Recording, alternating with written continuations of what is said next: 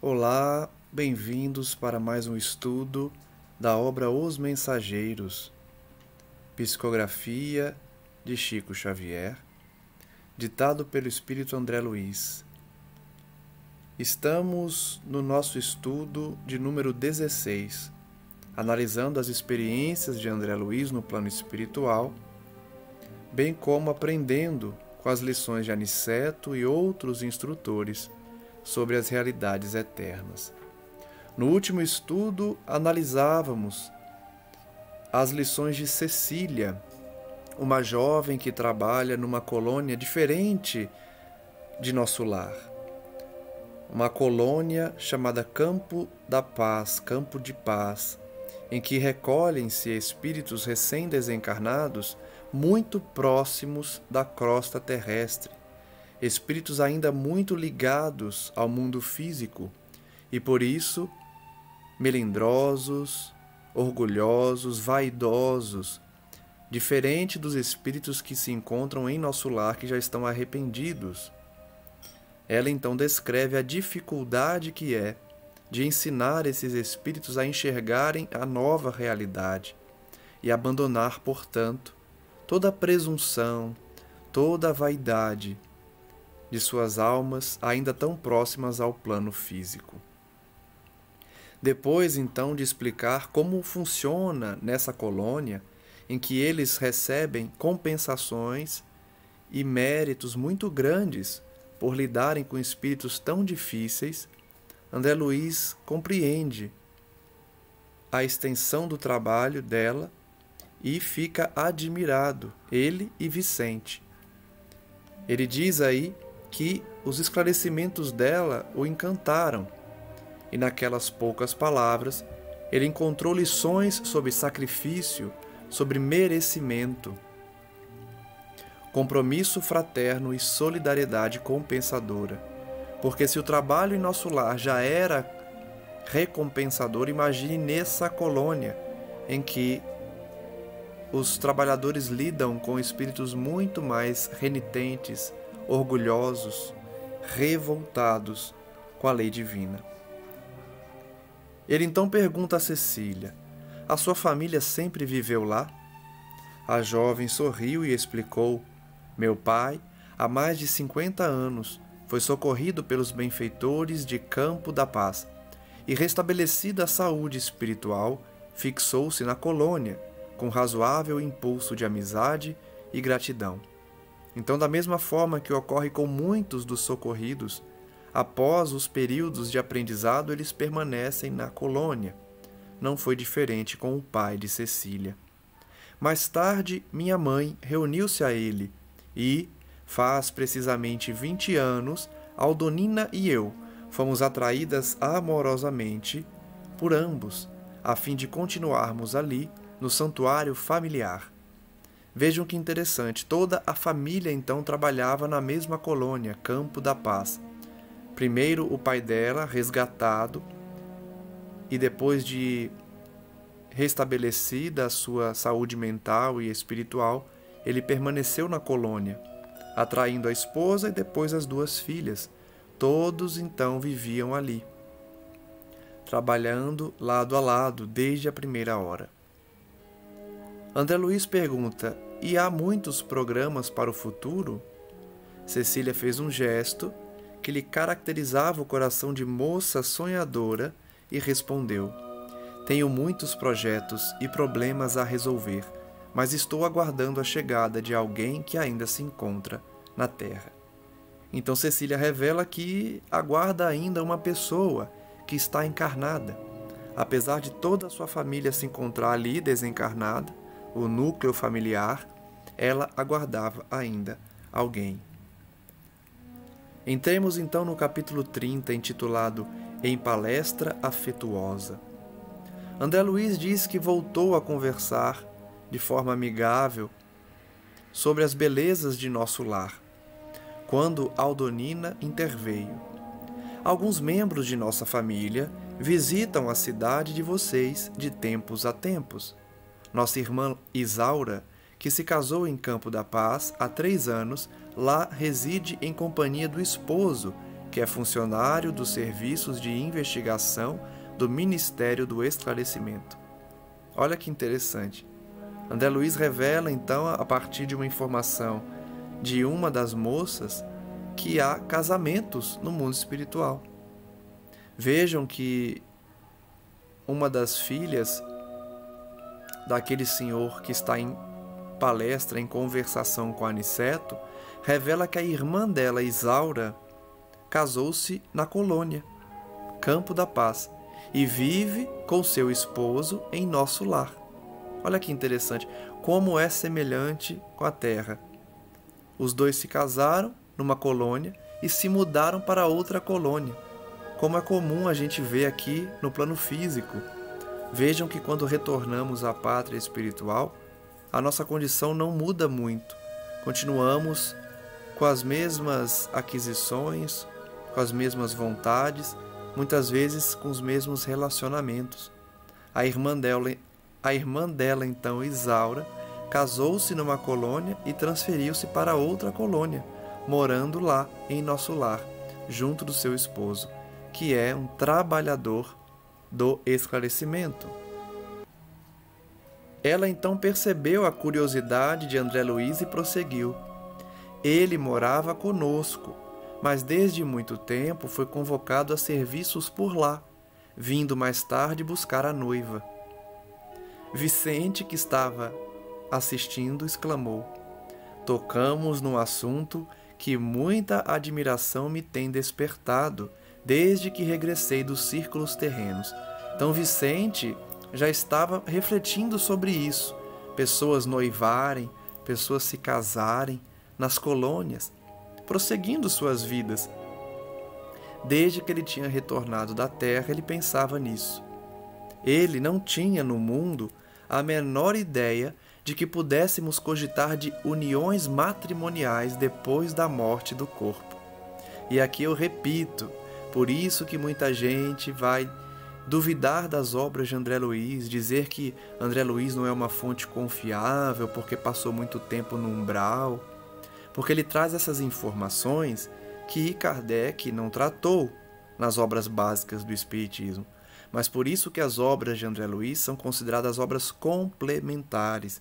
Eles trazem informações que têm a lógica de Kardec, que não contradizem o que os espíritos ensinaram quando forneceram as informações que deram origem à codificação kardeciana. Essas informações que nós estudamos aqui, não há nenhum absurdo. Elas condizem com a realidade espiritual que nós aguardamos conforme as leis divinas. Então nada tem de absurda a ideia de que indivíduos desencarnados continuem a se afeiçoar, a se aproximar pelo sentimento, vindo a casar, vindo a constituir família no plano espiritual.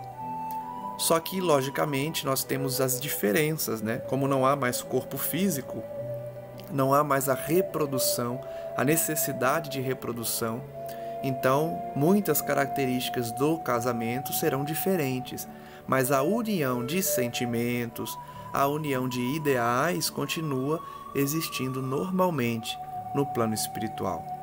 Então, Vicente vai tratar justamente disso.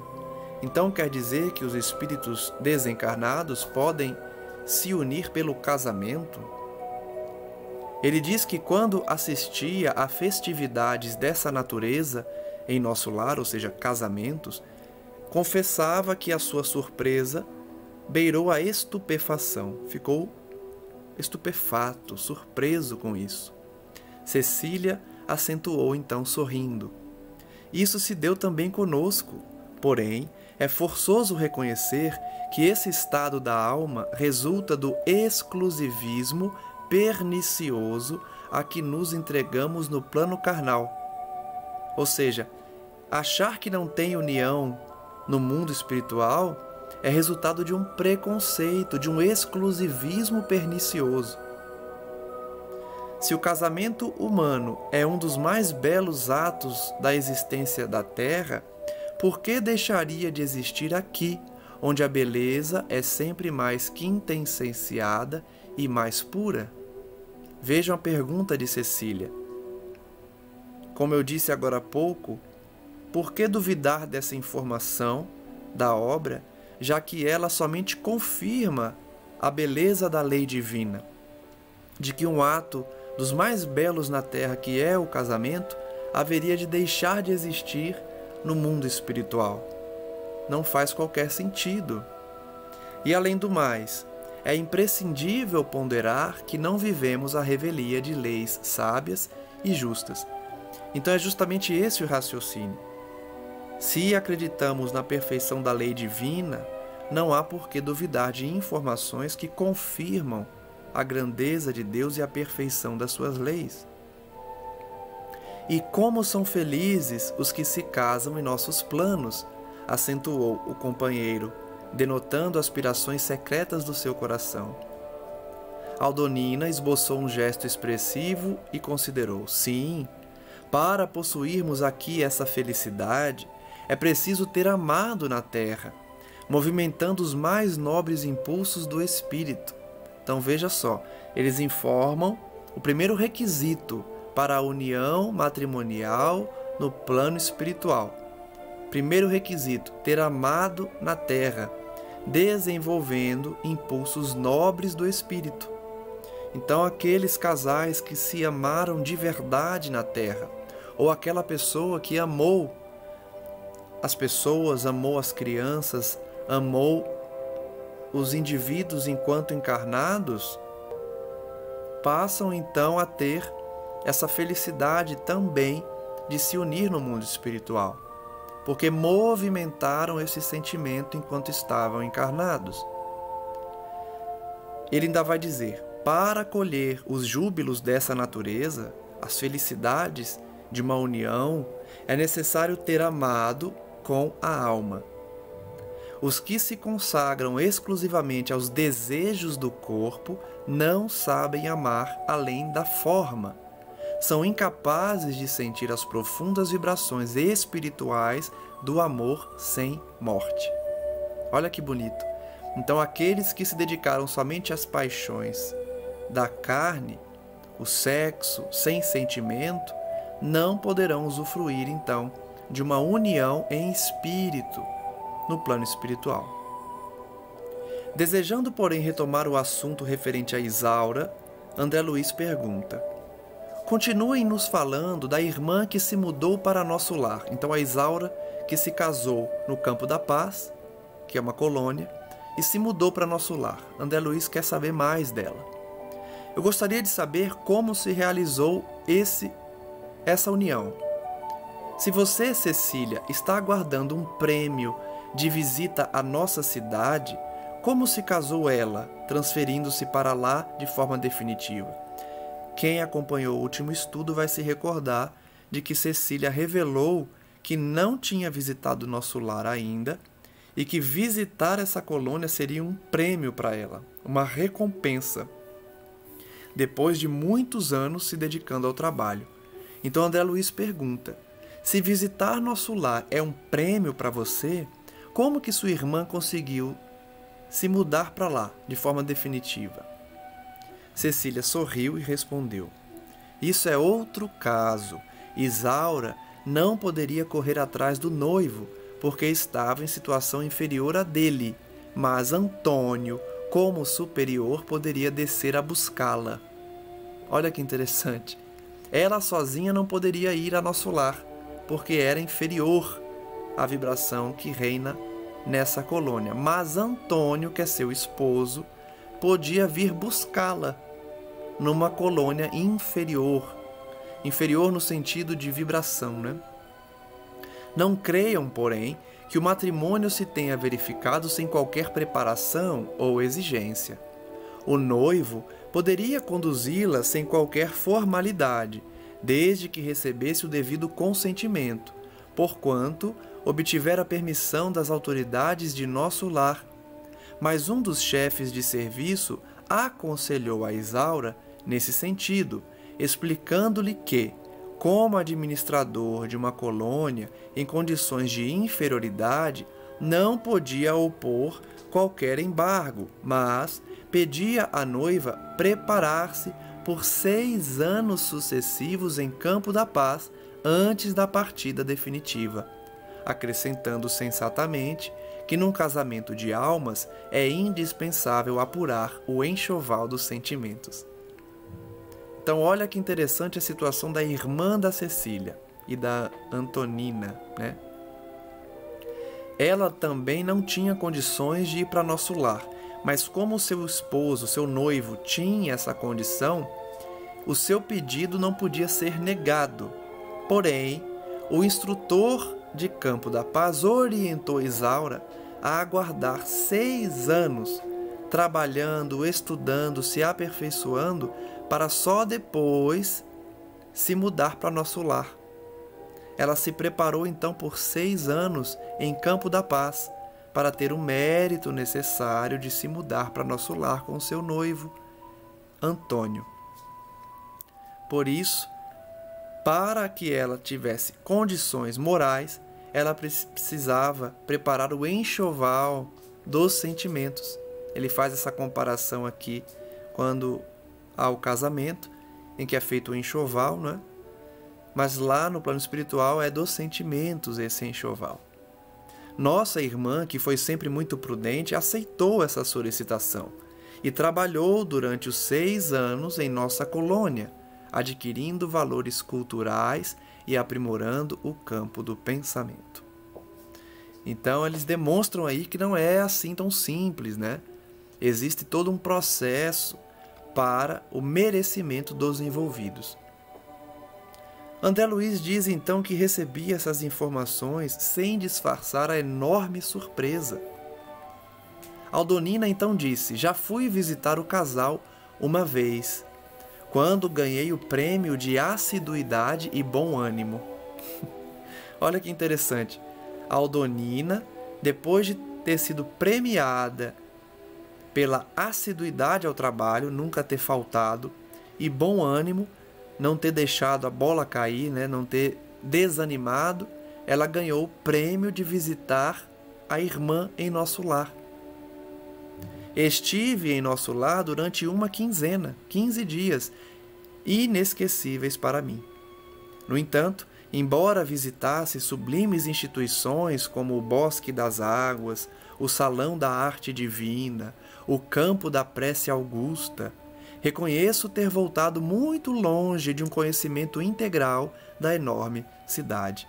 Vejam como o nosso lar é gigantesca, né? Essa colônia. Essa pessoa passou 15 dias, conheceu os pontos turísticos, vamos assim dizer, né? O Bosque da Paz, os campos de oração, de arte, e voltou de lá depois de 15 dias como se não tivesse conhecido muita coisa de nosso lar, porque é muito grande. Lá irei, contudo, mais tarde, pois continuo no meu trabalho e nossos instrutores afirmam sempre que tudo de bom deve aguardar do destino quem saiba servir ao bem e trabalhar com esperança. Então elas sabem que quanto mais se dedicarem ao trabalho, especialmente porque Campo da Paz é um local, uma colônia que recebe espíritos mais difíceis, em que o trabalho é mais árduo, elas têm essa noção de que quanto mais servirem, mais recompensas terão para usufruírem de visitas mais longas, de trabalhos mais elevados em colônias superiores como nosso lar. Admirando a beleza de sentimentos daquelas jovens, André perguntou emocionado: mas não têm vocês, em Campo da Paz, instituições semelhantes? Não existirão por lá templos de alegria abertos à juventude? Então notem que André Luiz começa a perceber como o nosso lar é um local abençoado. Porque no último estudo a gente refletiu que muitas vezes nós só valorizamos um local, uma vivência depois que perdemos. André Luiz não tinha percebido quanto o nosso lar é um local diferenciado. Ele só percebeu quando Cecília falou para ele: olha, o local que você está é muito bom, porque é meu sonho visitar nosso lar. Eu vivo num lugar bem diferente, bem inferior. Meu sonho é visitar nosso lar.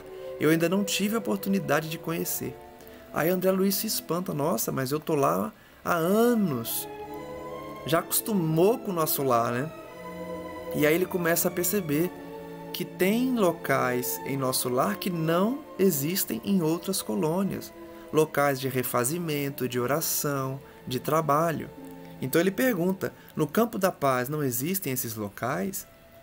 Ah, sim, murmurou Cecília, como que se ela não quisesse ser ingrata às bênçãos que Deus manda para ela também. Muito nos dá o Senhor em nossa colônia, porém, permanecemos na vizinhança dos irmãos encarnados. Então, na colônia Campo da Paz existem locais de refazimento, de oração, de lazer, de cultura, de arte. Porém, como a colônia é muito próxima da Terra, não tem a mesma elevação que existe em nosso lar. As tempestades que nos atingem obrigam-nos a serviços constantes. Então vejam como o trabalho não para no Campo da Paz. É diferente de nosso lar. Nosso lar tem muito trabalho também, porém, eles têm os momentos de descanso, de reflexão, muitas vezes de diversão mesmo, de lazer. Enquanto no Campo da Paz o trabalho não para nunca, é muito próximo da terra, ajuda muita gente, socorre muitos desencarnados. Os serviços, portanto, são constantes. Os quadros inferiores que nos cercam são profundamente dolorosos. Nossa cidade não possui ministérios da união divina, nem da elevação. Olha só. Parece ser um pouco precário, né? Mas é porque tem instituições que não são possíveis de se instalar quando a vibração não é adequada. Então não há ministério da união divina, que é o ministério que os coordenadores da colônia entram em contato com Jesus, com Maria de Nazaré, com espíritos realmente elevados. Nem o ministério da elevação, que também é para esse fim. Não podemos receber a influência superior com muita facilidade. A vibração é muito pesada. Nossos trabalhos de comunicação e auxílio necessitam ainda de muita gente educada no Evangelho para funcionar com eficiência. Da leitura que nós estamos tendo aqui, é possível a gente comparar então nosso lar com um presídio, por exemplo, de países mais desenvolvidos, como Suécia, Suíça, enquanto que Campo da Paz parece mais os presídios brasileiros da América do Sul. Por quê? Lidam com espíritos mais embrutecidos e violentos, né? Enquanto que os criminosos dos países europeus também são maus, porém as suas prisões são mais confortáveis, têm mais lazer.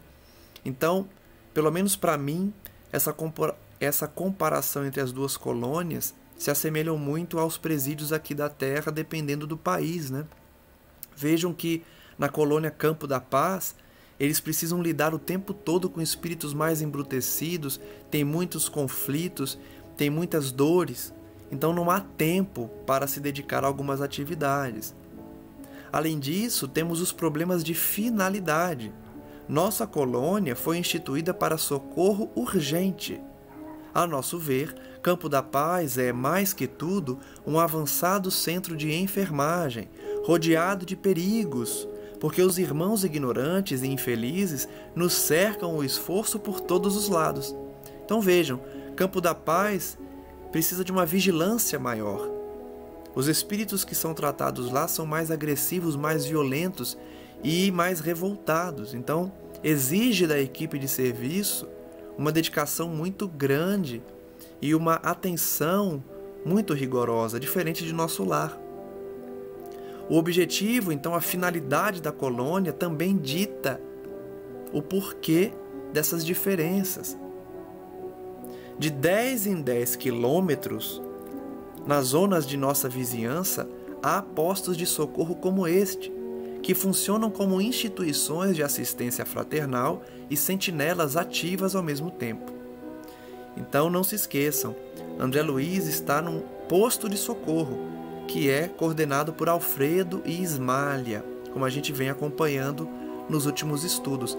E esses postos de socorro servem ao mesmo tempo de assistência fraternal e de sentinelas, de vigia, para evitar os ataques, para evitar a queda de vibração, porque estão muito próximas à Terra. A jovem então fez uma pausa mais longa e arrematou: nosso governador, quando se agravam os serviços, costuma asseverar que estamos num campo de batalha, com a paz de Jesus. Olha a diferença para nosso lar. Campo da paz é um campo de batalha. Imagem alguma define tão bem o nosso núcleo como esta. No exterior, o trabalho é rigoroso, incessante, mas dentro de nós existe uma tranquilidade que nós mesmos dificilmente podemos compreender. Então, apesar do dia a dia corrido, das inúmeras atividades, das dificuldades oriundas da proximidade da colônia com a Terra, eles carregam uma serenidade interior, uma paz que nem eles mesmos conseguem explicar, porque eles são obreiros do Senhor nessas atividades. André Luiz então pergunta: o serviço circunscreve-se à cidade? Ou seja, o serviço deles é limitado à cidade? Não. O trabalho é multiforme. Eu e Aldonina, Cecília, portanto, e Aldonina, por exemplo, temos grandes tarefas de assistência junto dos recém-desencarnados. Então não se limita à cidade. Nossa cidade prepara, em média, 15 a 20 reencarnações diárias e torna-se imprescindível assistir os companheiros ou tutelados, pelo menos no período infantil mais tenro, que compreende os primeiros 7 anos de existência carnal. Então, olha que interessante a revelação de Cecília quanto à sua função na colônia Campo da Paz. A colônia prepara de 15 a 20 reencarnações por dia. E Cecília e sua irmã Aldonina são responsáveis, por exemplo, por guiar as crianças até os 7 anos de idade. Então, os serviços delas não se limitam à cidade, elas vão à terra para vigiar as crianças tuteladas pela colônia até os 7 anos de idade. André Luiz então diz: talvez por ela ter lido em nossos olhos a mais viva admiração, a jovem Cecília explicou: felizmente, porém, temos as faculdades de volitação bastante adestradas. Então elas têm uma facilidade de visitar a Terra através da volitação. Raramente encontramos empecilhos, dificuldades vibratórias, e podemos, por isso mesmo, agir com grande economia de tempo. Então, ela revela aqui que consegue trabalhar com muita facilidade na Terra, pela volitação e pela ausência de dificuldade vibratória. Além disso, somente nossos instrutores vão ao serviço sozinhos. Elas estão sempre acompanhadas. Não saímos a não ser em grupos. Necessitamos de auxílio recíproco, um ajuda o outro, não só no que diz respeito à eficiência, mas também no que se refere ao amparo magnético. Então vejam que é um grupo que trabalha muito unido. Eu me recordo que no último estudo, no final, ela ia dizendo que um ajuda o outro, há esse clima de coleguismo, de companheirismo, porque as atividades são muito difíceis, árduas. E eles precisam ser unidos para conseguir ajudar espíritos tão rebeldes. Então aqui ela mais uma vez fala dessa união que existe entre eles para o trabalho na Terra. No trabalho de assistência aos outros, a defesa de nós mesmos, não podemos dispensar a prática avançada e justa da cooperação sincera. Então ela reafirma a necessidade de que eles estejam sempre unidos, cooperando numa mesma vibração para a própria proteção deles. Entremos agora no capítulo 31, Cecília ao órgão. André Luiz vai dizer que poucas vezes na Terra ele tivera o prazer de assistir uma reunião tão seleta. Todos os lustres estavam magnificamente acesos, e lá fora as grandes árvores, docemente agitadas pelo vento brando, pareciam refletir o clarão da lua. Pares graciosos passeavam ao longo da varanda e das escadarias extensas. O castelo enchera-se de alegria com a crescente multiplicação dos convidados. Então, quem se recorda dos últimos estudos vai lembrar que eles estão numa festa, numa reunião. Várias pessoas atenderam ali ao local e ele está narrando que é muito bonita aquela confraternização. O administrador Alfredo mostrava-se orgulhoso de confraternizar com os colaboradores diretos da sua obra, na recepção condigna aos amigos da colônia próxima. Então era um encontro entre os trabalhadores de Nosso Lar e Campos da Paz, ali no posto de socorro do Alfredo.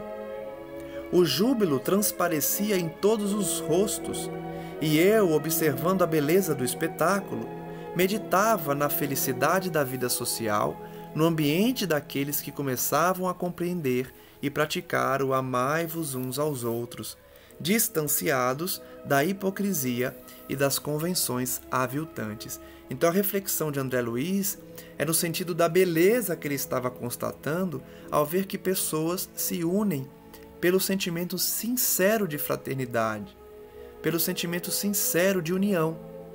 Então era muito bonito para ele ver uma confraternização em que havia sinceridade entre os componentes do grupo. Todos de fato se gostavam verdadeiramente. Ele diz então que conversava de forma animada quando Alfredo convidou para o salão de música. Houve um contentamento geral. A senhora Bacelar, dando o braço à nobre Ismália, companheira de Alfredo, parecia encantada com a lembrança. Todos se dirigiram para o grande recinto, que estava iluminado por luzes de um azul doce e brilhante. Uma música deliciosa embalava a alma de todos. André Luiz observa, então, que um coro de pequenos músicos executava a harmoniosa peça, ladeando um grande órgão, algo diferente dos que conhecemos na Terra. Então eles iam assistir a um espetáculo e que havia indivíduos que estavam ao lado de um grande órgão, de um grande piano, diferente do que ele conhecia na Terra. 80 crianças, meninos e meninas, surgiam ali num quadro vivo e encantador. Então olha que beleza, eles vão assistir um espetáculo de 80 crianças. 50 tangiam instrumentos de corda e 30 conservavam-se graciosamente em posição de canto. Executavam com maravilhosa perfeição uma linda barcarola que eu nunca ouvira no mundo. Acho que é música, né? Canção de gondoleiros venezianos, peça musical de estilo análogo a essas canções, composição poética acomodada ao estilo das barcarolas.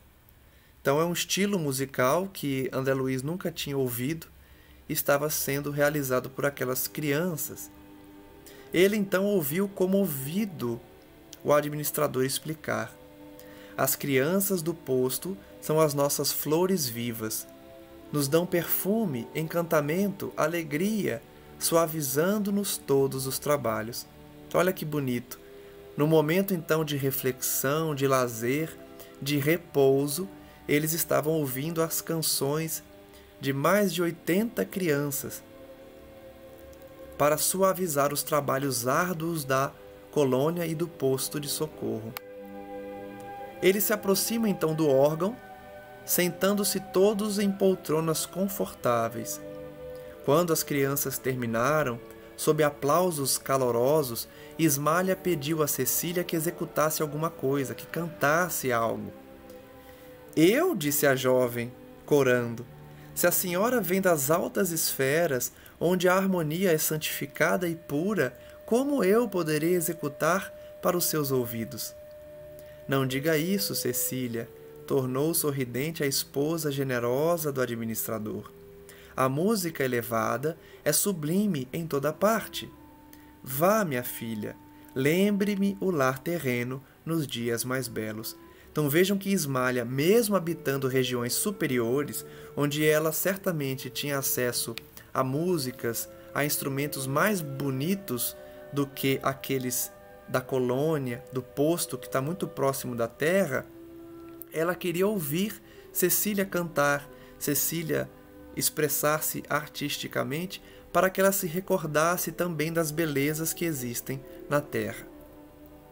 Antes que a jovem Bacelar perguntasse qual a peça preferida, Ismália disse: os serviços musicais do posto me levam a recordar a velha fazenda, quando voltava do internato. Meus pais estimavam as composições europeias e quase todas as noites ensaiava ao piano.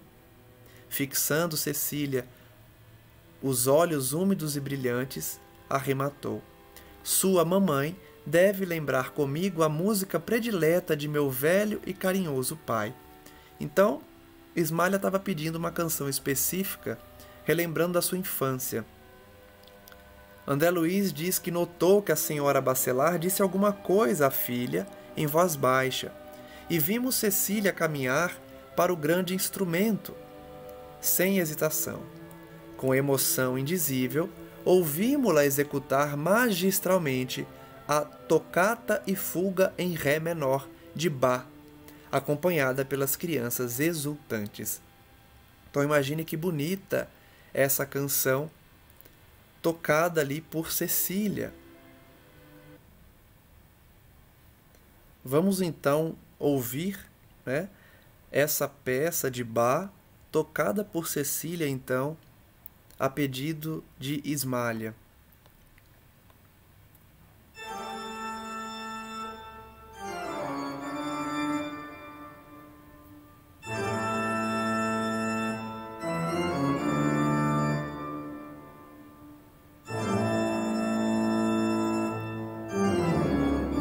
Vejam que de fato, né, essa canção é tocada no órgão e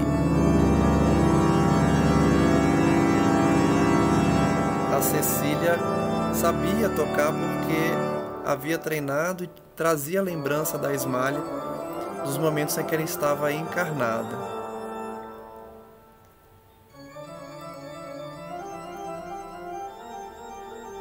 André Luiz diz então que, olhando para o rosto de Ismália, enquanto Cecília tocava essa peça de Bach, pela luz do seu olhar ele notou que seus pensamentos vagueavam longe, talvez em torno do antigo ninho doméstico. Ela enxugou as lágrimas discretas, abraçou Cecília carinhosamente quando ela finalizou a execução.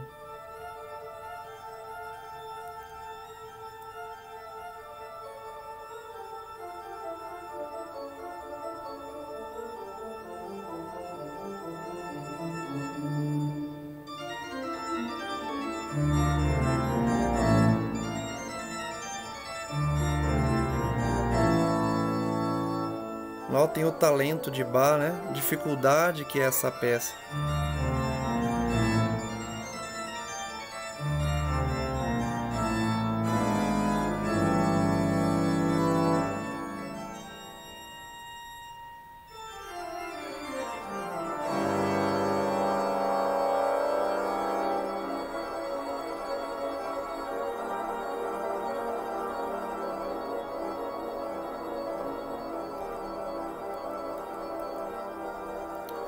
Então ela tocou toda essa peça, né, de Bach, e quando ela terminou, Ismália pediu: agora, Cecília, cante alguma canção da própria alma.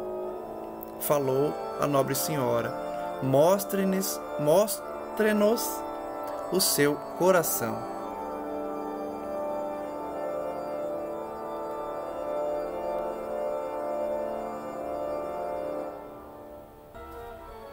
Os senhores então Bacelar estavam satisfeitos e emocionados. Lia-se-lhes nos gestos o carinho com que acompanhavam os menores movimentos da filha, que ela havia então tocado essa peça de Bach e agora ia cantar uma canção. A jovem sorriu, voltou ao teclado, mas permanecia agora fundamente transfigurada. Seu belo semblante parecia refletir alguma luz diferente que vinha do mais alto. Então, Cecília estava inspirada. Começou a cantar de maneira misteriosa e comovedora. A música parecia sair-lhe das profundezas do coração, mergulhando-nos em sublime emotividade. André Luiz diz que procurou guardar as palavras da maravilhosa canção, mas seria impossível repeti-las integralmente no círculo dos encarnados na Terra. A sombra da meia-noite não poderia traduzir o revérbero da aurora, mas de algo me lembro para registrar aqui, com a fidelidade de que é suscetível minha memória imperfeita. Então André Luiz ficou emocionado com a canção cantada pela Cecília, mas não consegue reproduzir nessa obra de forma fiel. Então ele revela que algo ele pôde guardar. Como se fora rodeada de claridades diversas daquela em que nos banhávamos, Cecília cantou com voz veludosa e cariciante. Guardei para os teus olhos as estrelas brilhantes do céu calmo. Guardei para a tua alma todos os lírios puros dos caminhos. Amado meu, como é longa a viagem entre escolhos neste oceano imenso da saudade, ao sublime luar da eternidade. Em vão a fada esperança acende a luz dentro de mim. Por que te foste ao mundo assim? Volta, amado, ainda mesmo que as tuas mãos estejam frias e que teus pés sangrem de dor. Trago comigo o bálsamo, a ternura. Volta a mim, vem respirar de novo no jardim da imortal união. Curarei tuas chagas de amargura, dar-te-ei o roteiro para a estrada, amarei os que amas, para que me abençoes com teu sorriso. Volta, amado, esquece a dor e a sombra do passado, volta de novo ao nosso paraíso. Vejam que letra bonita, falando então de um amor sincero, né? De um amor que aceita tudo para que a pessoa possa desfrutar do sorriso da pessoa amada. André Luiz então diz que quando ela finalizou as últimas notas, viu seu semblante lavado em lágrimas, como se fora banhado em pérolas de luz. Observou que a senhora Bacelar, muitíssimo comovida, tocou de leve a mão de Ismália e falou: Cecília nunca o esquece. Então vejam que Cecília traz aí a inspiração do alto, lembrando-se de alguém muito querido a ela, que a sua mãe conhece e Ismália também. A esposa do administrador, mostrando-se sensibilizada, indagou: não têm vocês novas notícias de Hermínio? Então descobrimos aí quem é o par de Cecília que ela tanto ama e tanta falta sente. É Hermínio. O pobrezinho tem vivido de queda em queda, esclareceu a mãe de Cecília. E Cecília sabe que não poderá contar com ele por muito tempo ainda, guardando por esse motivo muita mágoa íntima. Entretanto, nossa filha não desanima e trabalha incessantemente, cheia de esperança. Então vejam que a história revela que Cecília tem um grande amor que está encarnado e que continua no erro. Cecília então aguarda o seu despertar espiritual, o seu arrependimento, para que possa desfrutar da companhia de Hermínio. Nesse momento, a jovem regressava ao círculo familiar, enxugando os olhos. A esposa de Alfredo, Ismália, abraçou-a e falou: minhas felicitações, não sabia que você progredira tanto na arte divina? E que bela canção! Cecília fez um gesto de timidez, beijou a mão da carinhosa amiga e retrucou: perdoe-me, querida Ismália, meu coração permanece ainda muito ligado à terra. Então vejam que no mundo espiritual nós não perdemos os laços com as pessoas que amamos. Cecília estava trabalhando numa colônia próxima à terra, porque o seu coração ainda estava ligado a alguém encarnado, a Hermínio, seu companheiro, que ela aguardava. Não conseguia se desvencilhar desse sentimento e seguir a sua vida em outras colônias. Precisava ficar próximo então à terra. Ismália, porém, de olhos úmidos e compreendendo-lhe o sofrimento íntimo, aconchegou-a ao peito e murmurou: devotar-se não é crime, minha boa Cecília. O amor é luz de Deus, ainda mesmo quando resplandeça no fundo do abismo. Então vejam que lição bonita do estudo de hoje, de um amor entre Cecília e Hermínio, sendo que Hermínio ainda está no erro, ainda está encarnado, caindo ainda nas mazelas, nas amarras da maldade. E Cecília aguarda que o seu amado possa se desvencilhar desse erro e seguir. Entremos na parte final agora do estudo de hoje, no capítulo 32, chamado Melodia Sublime. Num gesto nobre, André Luiz diz que Aniceto pediu a Ismália que executasse algum motivo musical de sua esfera elevada. Lembre-se que Ismália habita regiões superiores e estava visitando o posto de socorro do seu esposo Alfredo, mas ela habitava outras regiões mais felizes. A esposa de Alfredo então não se fez rogada. Com extrema bondade, sentou-se ao órgão, falando gentil: ofereço a melodia ao nosso caro Aniceto. E ante a admiração de André Luiz e dos demais, começou a tocar maravilhosamente. Logo as primeiras notas, alguma coisa me arrebatava ao sublime. Nós sabemos que as canções dos mundos superiores, das esferas superiores, são muito mais belas que as peças aqui da Terra. E as primeiras notas já levaram André Luiz ao sublime. Todos estavam extasiados, silenciosos. A melodia, tecida em misteriosa beleza, inundava o espírito de todos em torrentes de harmonia divina. Penetrava o coração de André Luiz num campo de vibrações suavíssimas, quando ele foi então surpreendido por percepções absolutamente inesperadas. Com assombro indefinível, reparei que a esposa de Alfredo não cantava, mas no seio caricioso da música havia uma prece que atingia o sublime.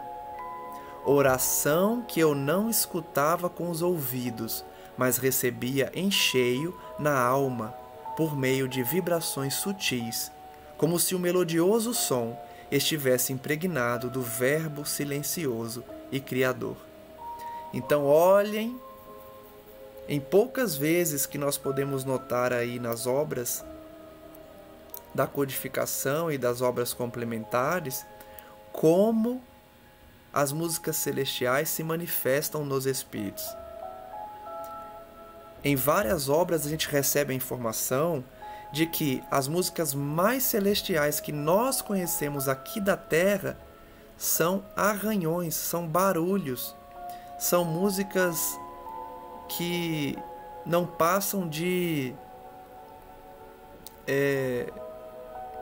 canções atrasadas para o mundo superior.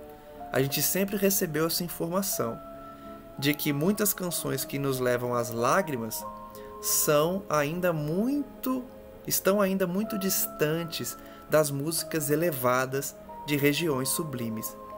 Então André Luiz está trazendo a informação de que quando Ismália tocou uma música sublime, uma música elevada das regiões felizes, ele percebeu que não se tratava apenas de uma canção, mas de uma oração. Então veja a diferença das canções dos espíritos superiores. não são apenas canções, são orações que as pessoas não ouvem somente com os ouvidos, mas sim pela alma, através de vibrações sutis, como se o som estivesse impregnado de verbo silencioso e criador. Olha a diferença da música celestial. Ela toca a alma de uma forma muito mais profunda que a música agradável aos nossos ouvidos aqui da terra. As notas de louvor alcançavam o âmago do espírito de André Luiz, arrancando lágrimas de emotividade intraduzível. Ele não consegue traduzir a emoção que ele sentiu ao ouvir aquela música celestial.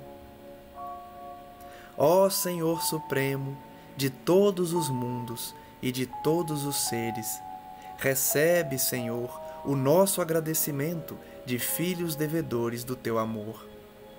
Dá-nos tua bênção, ampara-nos a esperança, ajuda-nos o ideal na estrada imensa da vida. Seja para o teu coração, cada dia, nosso primeiro pensamento de amor. Seja para a tua bondade, nossa alegria de viver. Pai de amor infinito, dá-nos tua mão generosa e santa. Longo é o caminho, grande o nosso débito, mas inesgotável é a nossa esperança. Pai amado, somos as tuas criaturas, raios divinos de tua divina inteligência. Ensina-nos a descobrir os tesouros imensos que guardaste nas profundezas de nossa vida. Auxilia-nos a acender a lâmpada sublime da sublime procura. Senhor, caminhamos contigo na eternidade. Em ti nos movemos para sempre. Abençoa-nos a senda, indica-nos a sagrada realização, e que a glória eterna seja em teu eterno trono. Resplandeça contigo a infinita luz. Mane em teu coração misericordioso a soberana fonte do amor. Cante em tua criação infinita o sopro divino da eternidade. Seja a tua bênção, claridade aos nossos olhos, harmonia ao nosso ouvido, movimento às nossas mãos, impulso aos nossos pés. No amor sublime da terra e dos céus, na beleza de todas as vidas, na progressão de todas as coisas, na voz de todos os seres, glorificado sejas para sempre, Senhor. Então, depois dessa canção-oração, proferida por Ismália, habitante de regiões felizes, finalizamos mais um estudo, agradecendo a presença dos que acompanham e que estão aqui para aprender como eu também estou, realizando essa análise da obra de André Luiz para conhecermos uma realidade espiritual que a grande maioria da Terra ignora. Que possamos, portanto, sonhar em ouvir essas canções, interpretadas por espíritos que já habitam regiões felizes e que descem à terra para nos ajudar a vencer os obstáculos que para nós ainda parecem gigantescos, mas para eles são pequenos porque já enfrentaram, já venceram e sabem qual o caminho para a verdadeira felicidade. Ouçamos, portanto, as orientações desses nossos amigos espirituais e nesse momento de oração possamos solicitar a eles que continuem a nos abençoar, a nos trazer essas informações, essas canções, essas orações do mais alto, que nos ensinam pouco a pouco a usufruirmos de uma vibração diferente das que estamos acostumados aqui na Terra.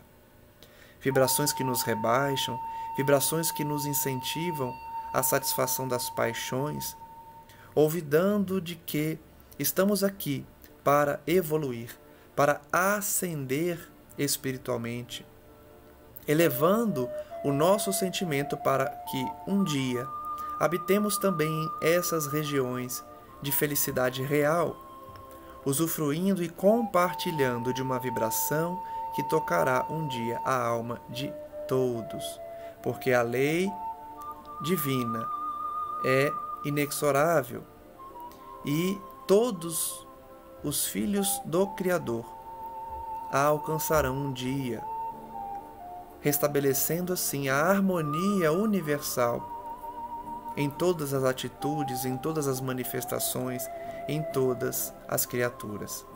Graças damos então, mais uma vez, ao Divino Amigo e pedimos que as nossas palavras possam alcançar aqueles que ainda não despertaram para a realidade espiritual e ainda se afogam nos charcos da terra, voltados para a satisfação da carne, para os prazeres momentâneos, deixando de lado as conquistas do Espírito, as únicas que todos levaremos ao retornarmos à pátria espiritual.